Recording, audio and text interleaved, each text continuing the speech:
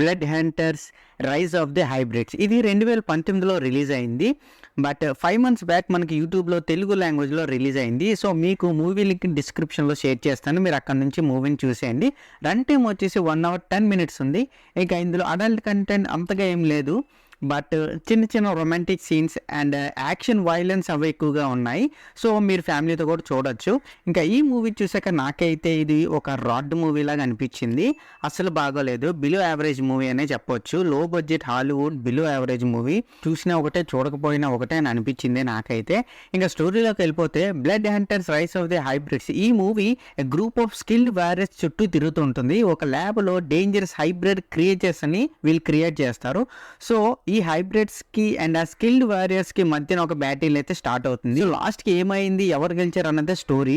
So ఇందులో మనం plus point చూసుకుంటే యాక్షన్ ప్యాకెడ్ సీన్స్. ఈ మూవీలో యాక్షన్ సీన్స్ అయితే ఎక్కువగానే ఉన్నాయి. సో అవి కొంచెం పర్లేదు అనిపించింది ఓవరాల్ మూవీలో.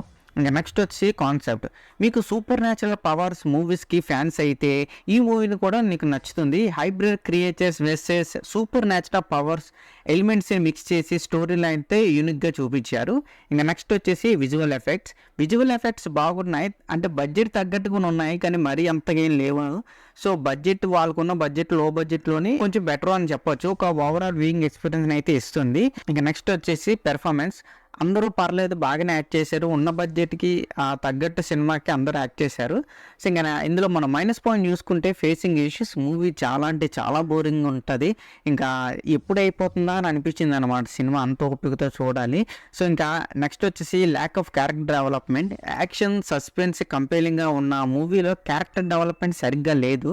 సో కొన్ని క్యారెక్టర్స్ సరిగ్గా డెవలప్ చేయలేదేమో అని అనిపిస్తుంది. ఇంకా నెక్స్ట్ వచ్చేసి ప్రెడిక్టబుల్ ప్లాట్. మూవీ చాలాసార్లు మనం ఈజీగా ప్రెడిక్ట్ చేస్తాం నెక్స్ట్ ఏమవుతుంది ఏంటన్నది. సో ఇలాంటి సినిమాలు మనం ఇంతకు ముందు ఎన్నో చూస్తుంటాం అనమాట. సో ఇది కూడా అదే ఫీలింగ్ వస్తుంది మనకి. ఇంకా ఓవరాల్గా చెప్పాలంటే blood hunters rise of the hybrids below average movie, ఒక రాట్ మూవీ అని చెప్పొచ్చు. మీరు సరదాగా చూస్తానంటే చూసుకోండి, అది ఇంకా మీ ఇష్టం అనమాట. నేనైతే రికమెండ్ చేయను. అండ్ ఈ మూవీకి నా రేటింగ్ వచ్చేసి నేను 2.1 out of 5 అయితే ఇస్తాను. సో ఇది నా review on blood hunters rise of the hybrids మూవీపై. మీకు నా రివ్యూ నచ్చినట్లయితే వీడియోని లైక్ చేయండి. అండ్ మీరు ఈ సినిమాని చూస్తారో లేదని కూడా కింద కమెంట్స్లో కమెంట్ చేయండి. Please subscribe to my channel Venky vocals. పక్కనే ఉన్న బెల్ ఐకాన్ని ఆన్లో ఉంచుకోండి, అప్పుడే నేను చేసిన ప్రతి వీడియో నోటిఫికేషన్ మీకు వస్తుంది. And don't forget to like and share the video. That's it. This is Venky vocals signing out. Keep watching movies. Love you. Tata. Bye.